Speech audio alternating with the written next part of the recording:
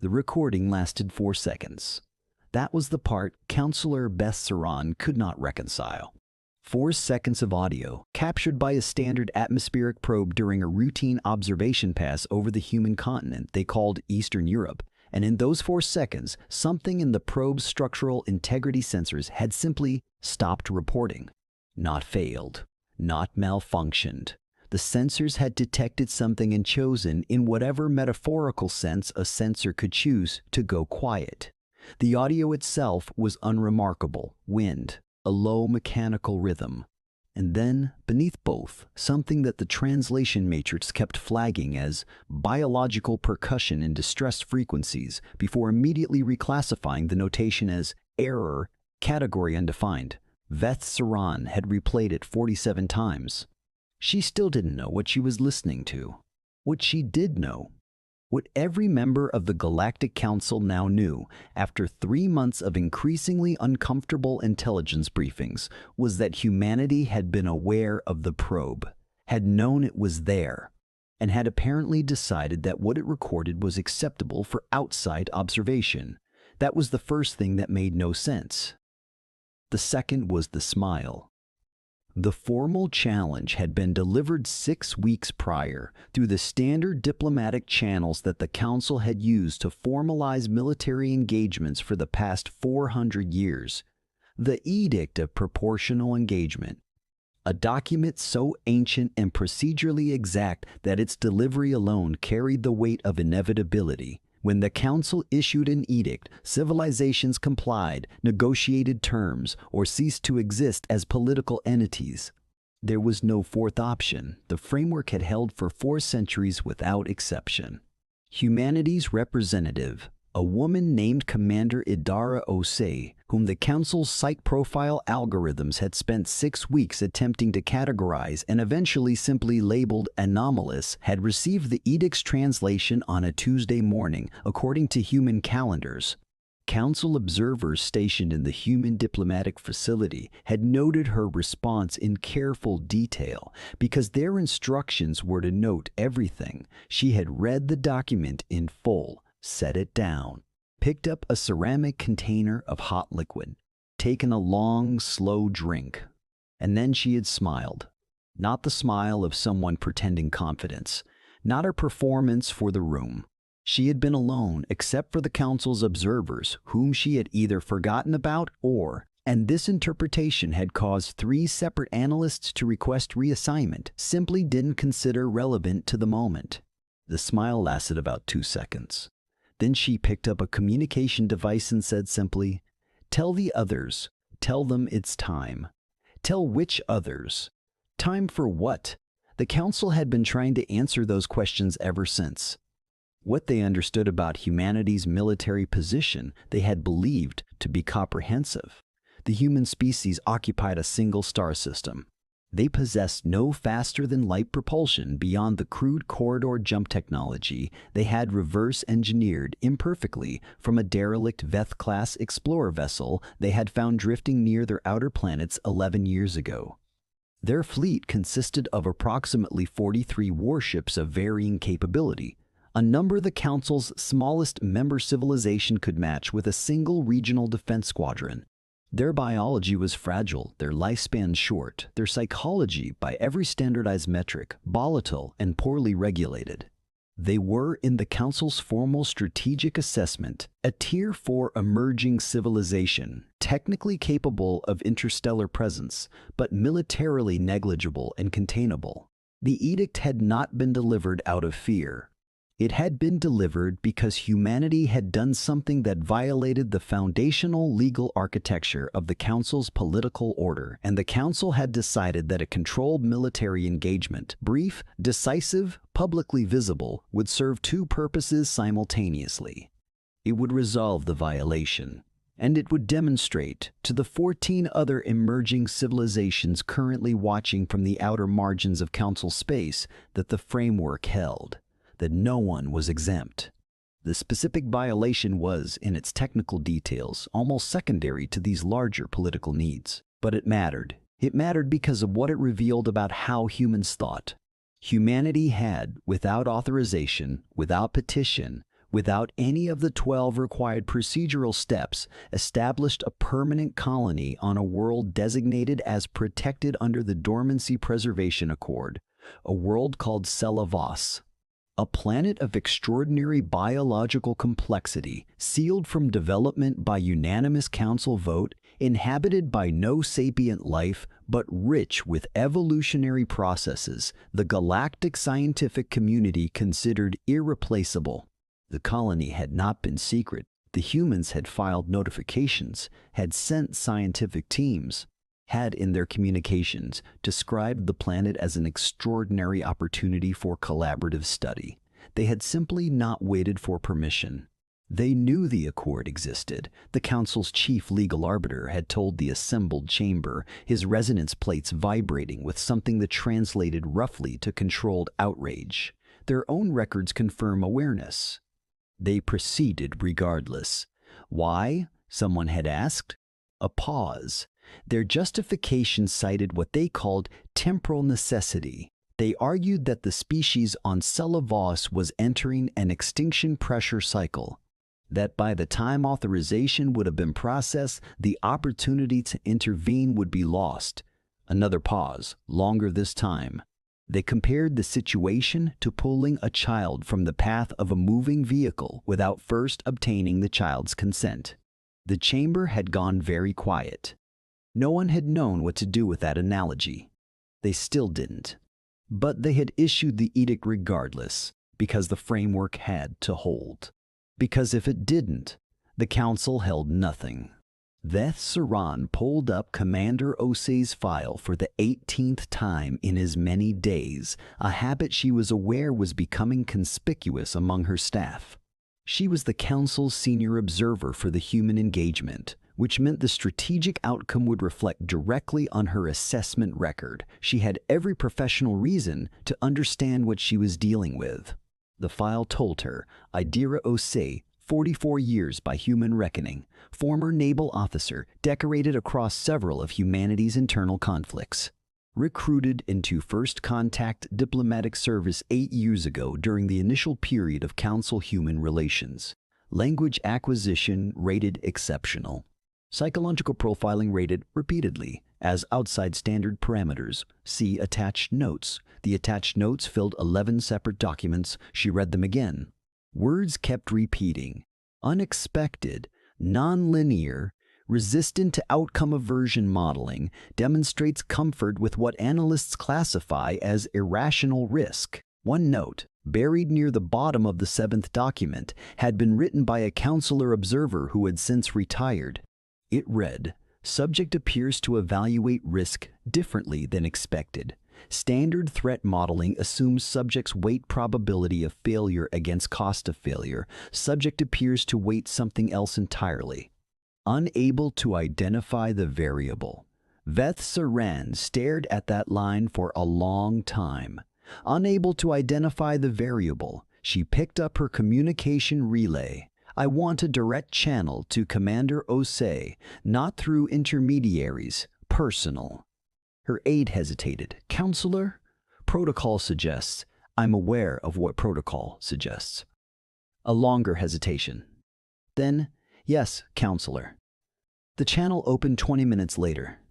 Osei appeared on the display, dark-skinned, close-cropped hair showing the first traces of gray at the temples, expression neutral in a way that Veth Saran had learned to read as active rather than passive neutrality, the kind of stillness that costs something to maintain.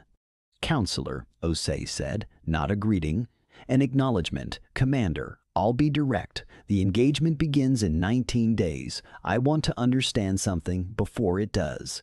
All right, your fleet is outnumbered 8-1. Your propulsion technology limits your tactical options to a single approach corridor.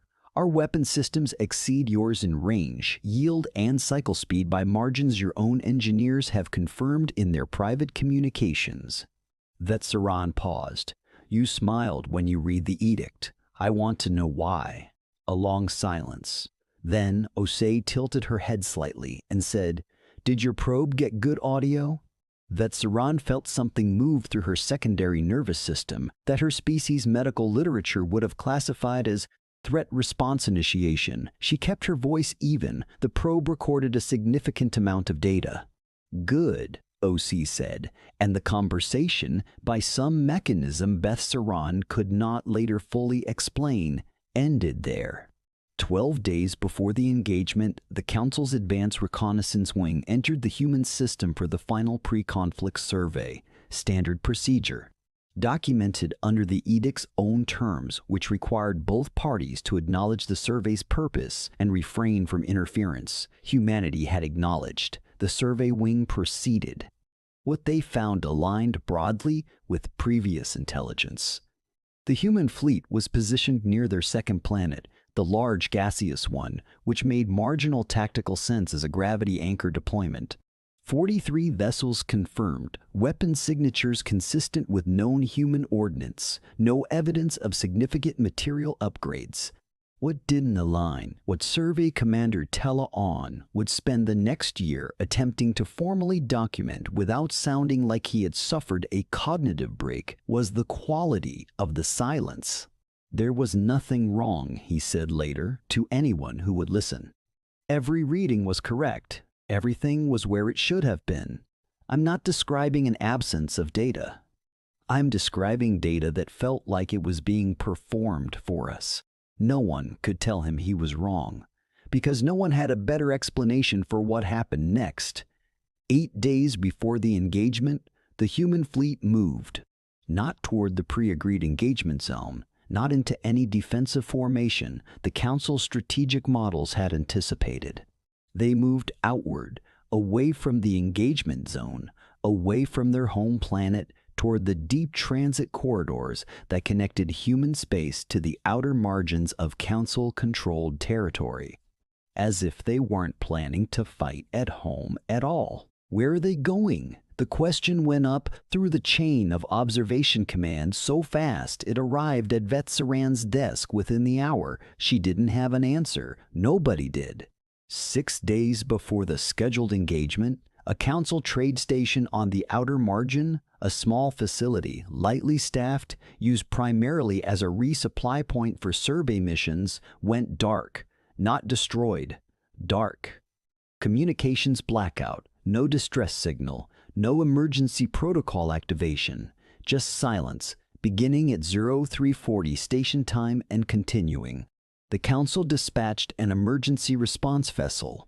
It arrived to find the station fully intact, fully operational, and completely empty of its crew of 31 personnel, every system running, every light on, every door open.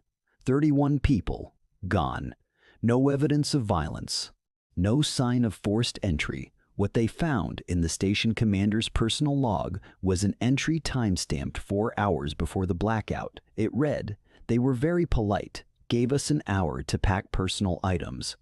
Said we be returned after. Offered to help carry things."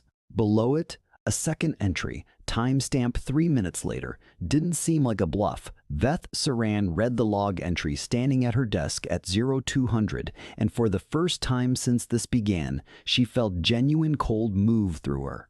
The humans had emptied a Council station, peacefully, as a demonstration, while simultaneously, the Council's entire intelligence apparatus had been watching 43 human warships sitting quietly near the second planet of their home system, which meant the ships near the second planet weren't the fleet.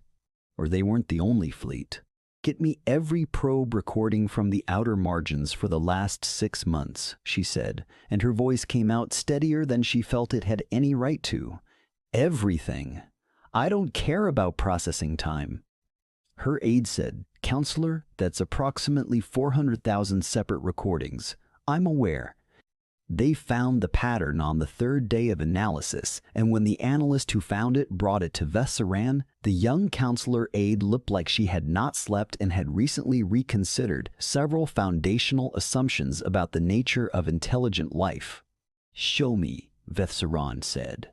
14 months ago, the aide said, pulling up a trajectory overlay that made the display look momentarily like a circulatory system, branching and complex, a single human vessel, civilian registry, rated for research transit, made an irregular course adjustment in Sector 7, 4.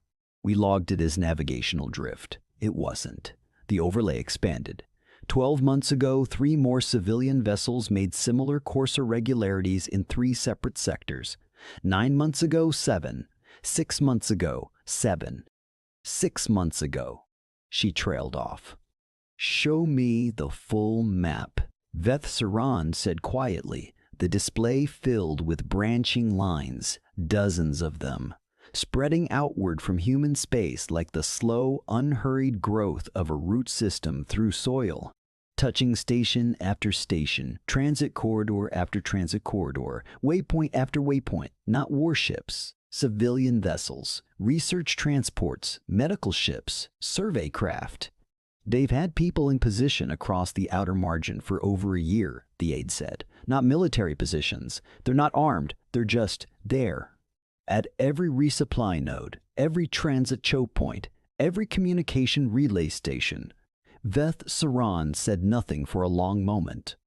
"The station that went dark," she finally said. "The crew was given an hour to pack personal items." Yes.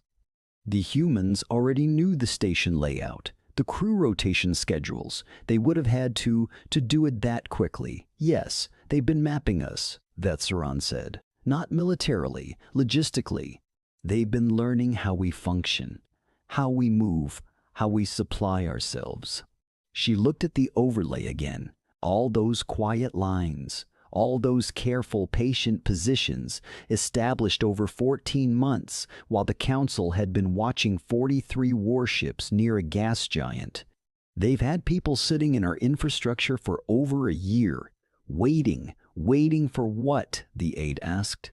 Veth Saran thought about Osei's smile. Thought about the 4-second recording and the sensor that went quiet. Thought about "tell the others it's time. For us," she said, "to make the first move." She requested an emergency session of the Council's Strategic Command that same evening. She presented the overlay. She walked them through the timeline. She explained as clearly as she could manage that humanity had not prepared for a military engagement. They had prepared for something else entirely. Something that had no exact precedent in the Council's 400 years of strategic documentation, because no Tier 4 civilization had ever thought this way. "They've constructed a logistical paralysis architecture," she said, using a term she had invented herself during the previous 40 minutes because nothing in existing terminology adequately described it. "They cannot defeat our fleet. They never intended to. They've positioned assets throughout our supply infrastructure that could, at any chosen moment, disrupt our capacity to maintain sustained military operations across the outer margin. Not destroy anything, disrupt. Create gaps. Introduce delays. Friction at the exact points where friction becomes most costly." "To what end?" asked Counselor Dren Voss, senior military arbiter, whose composure Veth Saran had never seen waver. It wavered now, slightly, when she answered. "To make a sustained engagement more expensive than it's worth," she said. "To make us calculate whether removing a Tier 4 civilization from one protected planet justifies the institutional cost of an operation against an enemy that isn't trying to beat us, just trying to make beating them painful enough that we choose not to finish. They're not fighting to win," Drenbos said slowly. "They never were. They're fighting to make losing cost too much." She paused. "They've been doing it on their own planet for their entire recorded history. Smaller civilizations against larger ones. They call it insurgency, and they've spent several thousand years refining the principles. She stopped. "What?" "They just scaled it up." The chamber was quiet for a long time. Then an older counselor, Meth Oren, who had been present at the original drafting of the engagement edict and who had said almost nothing during the entire briefing, spoke up. "The colony on Selavos," Meth Oren said. "The violation we issued the edict over. When did they establish it?" Veth Saran checked. 14 months ago. The same moment, the first civilian vessels had begun taking quiet, patient positions throughout Council infrastructure. "They knew we'd issue an edict," Meth Oren said. not a question. They filed notifications, Veteran said, and heard her own voice say it as if hearing it for the first time. They sent documentation. They didn't hide it. They made sure we knew. They wanted us to issue the edict. The silence that followed was a different quality than before. Heavier, like something structural had shifted. They needed us to move first, Theran said. Under the edict's own terms, we can't classify the response as aggression if we initiated the engagement.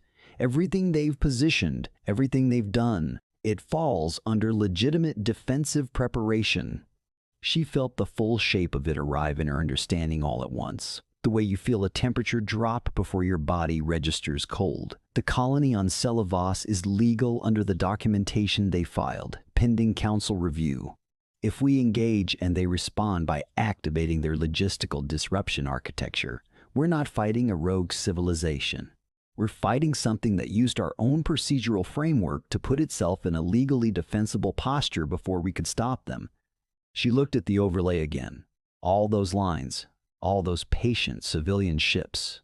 They set a trap, she said, using our own rules. 14 months ago, before they ever broke any, Saran sent a direct communication to Commander Osei that night. No intermediaries. The response came back in 40 minutes.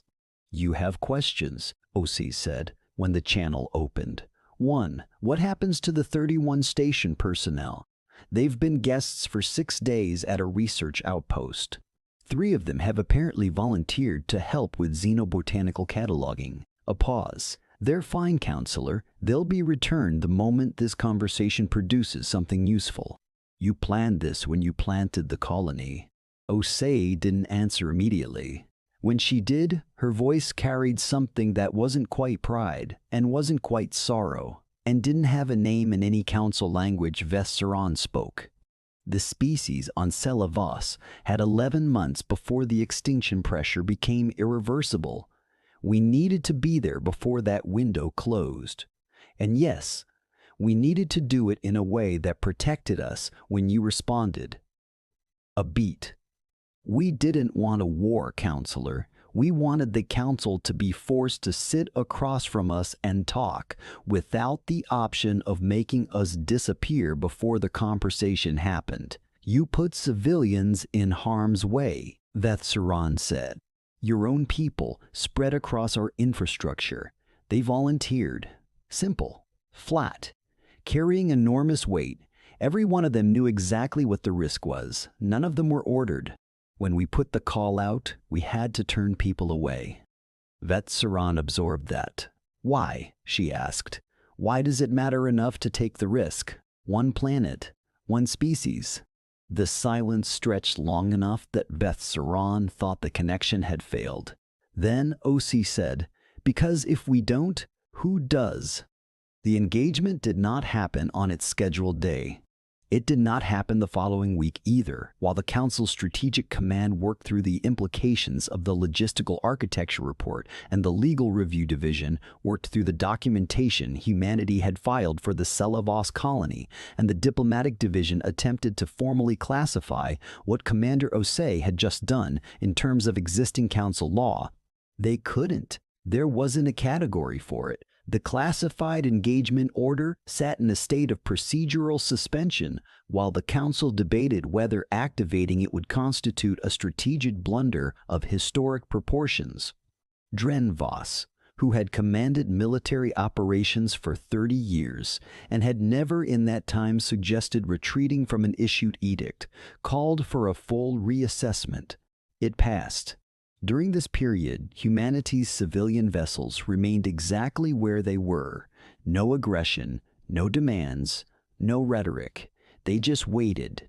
It was, the Council's observers noted, entirely consistent with what they now understood about how humans approached conflict. They were, apparently, capable of extraordinary patience when the alternative was moving too soon.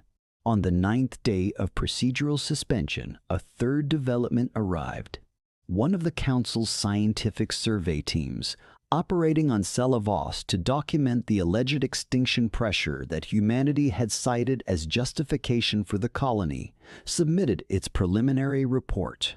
The team lead was a Vethian biologist named Soru Khan, who had 40 years of field experience and who was, by professional reputation, constitutionally allergic to advocacy. The report was 300 pages. Vetsaran read the executive summary. Then she read it again. The extinction pressure humanity had described was real. More than real, the survey team's preliminary modeling suggested it was closer to critical than even the human scientists had estimated.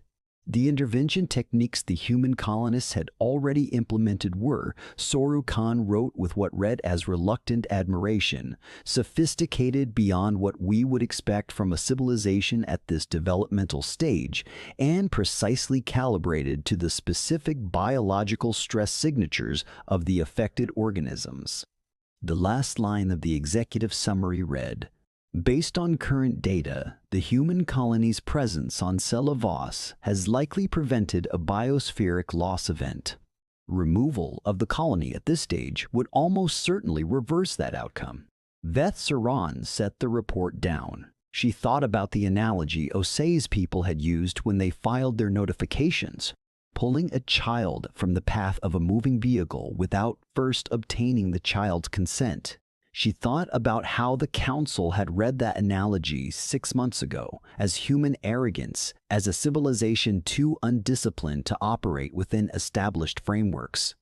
She picked up the communication relay. "I want a channel to Commander Osei," she said, "and I want to formally initiate a petition for protocol review. Category: Emergency Humanitarian Exception. I'll draft the language myself." Her aide said nothing for a moment. Then, quietly, "Yes, Counselor." The formal suspension of the engagement edict took 11 days to process through the Council's legal architecture because the framework had never been built to move quickly in reverse. That was, Vetsaran had begun to understand, one of the things humanity had counted on, not the reversal, which had not been guaranteed, but the slowness, the procedural friction. The fact that a council that needed to show decisive action to its watching civilizations would find, on this particular target, that decisive action had somehow become more complicated than anyone had anticipated. Because when you issued an edict against a civilization that had used your own rules to make itself legally defensible, executing the edict became a statement about the rules themselves. Humanity had handed the Council a choice: invalidate their own framework to remove one small colony from one protected planet, or acknowledge that the framework had a gap they'd never noticed. That civilizations with a certain way of thinking could navigate procedural structures in ways those structures were never designed to accommodate. The Council chose the review. In its formal language, the edict was suspended, pending reassessment of applicable documentation under the Emergency Biological Preservation subsection of the Dormancy Accord. In practical terms, it meant the engagement was over without a shot being fired. The colony remained on Selavos, and the 31 station crew members were returned with, reportedly, an extensive collection of xenobotanical sketches that 3 of them had made during their stay. The other 14 civilizations watching from the outer margins of Council space watched the outcome with the same careful attention they'd given everything else. The Council's Public Communications Division worked very hard to frame the resolution as a demonstration of procedural flexibility and institutional wisdom. Nobody with access to Vetsaran's reports believed it. She requested one final meeting with Commander Osei before the formal close of the engagement record. "You could have told us," Vetsaran said when the channel opened, "about Selavos, the timeline, the extinction window. You could have submitted an emergency petition through proper channels and made the case directly." "We tried," Osei said, 18 months ago, through the standard scientific advisory petition process. It was received, logged, and assigned to a review queue with an estimated response time of 22 months. A pause. The extinction window was 11 months. Vetsaran felt that land the way she suspected Osei had always intended it to land, not as an accusation, but as a fact. Just a fact, set down plainly. "So you broke the rule," Vetsaran said. "We did what needed doing." Osei's voice didn't shift, didn't harden, didn't carry apology or defiance. "And we made sure we could survive breaking it. You risked a war. We were already in one," Osei said. "We just hadn't fired anything yet." A long silence. "The species on Sela Voss," Vetsaran said. "What are they, biologically? What does saving them mean, in terms you'd explain to someone who'd never heard of them?" For the first time in all of their exchanges, something in Osei's face shifted. A softening around the eyes, slight and brief, like a door opening a fraction. "Small, not sapient, by any definition your council uses, or that we use. They photosynthesize in a way that produces a secondary chemical cascade. It's complicated, but the result is that they create a specific class of organic molecule that, as far as we can tell, exists nowhere else in the documented galaxy. We don't know what it does yet. We don't know if it matters in any way we can currently measure." She paused. "We didn't save them because they were useful. We saved them because they were disappearing and we were in a position to stop it. Even at that cost," Vetsaran said. "Especially at that cost." Osei's expression settled back into its habitual stillness, but Vetsaran thought she could see the weight behind it now. The variable the analyst had never been able to identify. "That's the part you didn't have a category for, I think. In your strategic modeling, you kept looking for what we expected to gain, and you weren't calculating gain. We were calculating what we could live with," Osei said. "If we did nothing and the species died, whether the comfort of following procedure was worth the cost of knowing we chose it over them." She paused. "That's not a strategic calculation. That's a different kind of math. Older, harder. We've been doing it a long time." The formal record of the engagement was sealed 14 days later. Vetsaran wrote the closing assessment herself, which was unusual for a matter of this scale, and which her colleagues attributed to professional thoroughness. The assessment was 26 pages. The last page contained a single paragraph that would become, in the years following, the most copied and retransmitted piece of council documentation in living memory. Not because it was officially significant, because it was true in a way that took time to fully appreciate. She wrote, "The Galactic Council entered this engagement with a comprehensive understanding of humanity's military limitations, technological ceiling, and strategic options. Every assessment was accurate. Every prediction based on those assessments was wrong. The error was not in the data. The error was in the assumption that accurate data about capability produces accurate predictions about behavior. Humanity does not appear to calculate from capability. They calculate from something prior to capability, a decision about what they are willing to accept, made before tactical options are considered. The tactical options then become a function of that decision rather than its input. We have no existing framework to model this. I am formally recommending the creation of one, because the current evidence suggests that a civilization operating on this decision architecture, regardless of its technological ceiling, is not containable by any strategy that assumes rational cost-benefit prioritization. They did not outfight us. They outdecided us. And they did it 14 months before we issued the edict. We were reacting to a plan we hadn't discovered yet. That is the thing the Council should sit with. The 4-second audio recording from the atmospheric probe, the one Vef Esray probe, the one Vetsaran had replayed 47 times before any of this began, was eventually analyzed by a full acoustic research team with access to equipment the initial probe hadn't carried. The biological percussion in distress frequencies that the probe's translation matrix had flagged and then failed to categorize was, the team concluded after 8 weeks of analysis, not percussion at all. It was humans singing. A large group of them, hundreds based on volume modeling, singing together, in the open air at what thermal imaging suggested was a gathering of some kind. The distress frequencies the probe had flagged were a function of the tonal range. The human voice, it turned out, operated in a frequency band that the Council's biological monitoring systems had never been calibrated for, because no species they monitored used that band for group communication. The probe had heard it, could not classify it, and had experienced what the research team described carefully as classification-induced sensor hesitation. The song was old, translated imperfectly. Its lyrics described a journey through difficult terrain toward a place the singers had never seen but were certain existed. It described the cost of the journey, the people who hadn't made it, the reason to continue regardless. It was not, the research team noted, a war song. It was something humans sang when things were hard, and they needed to remember that hard was not the same as impossible. Something they had apparently been singing in various forms across various languages for most of their recorded history. Veth Saran listened to the 4-second clip one final time after reading the report.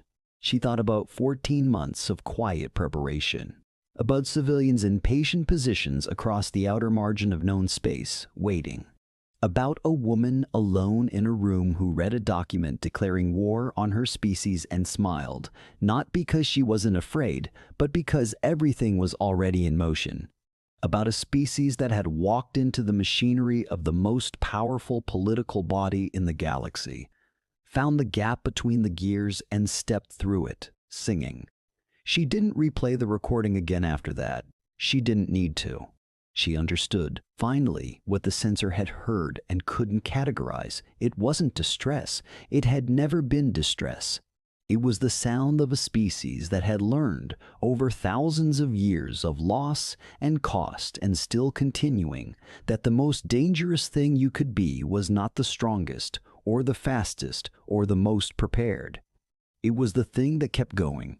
After everything said stop, after every rational calculation said stop, after every other civilization facing the same math had stopped. The thing that kept going anyway and sang while it did, because somewhere in the long history of human darkness, they had learned that you could be afraid and still be moving, that you could be small and still be consequential, that the universe did not in the end keep records of who was biggest, only of who was still there.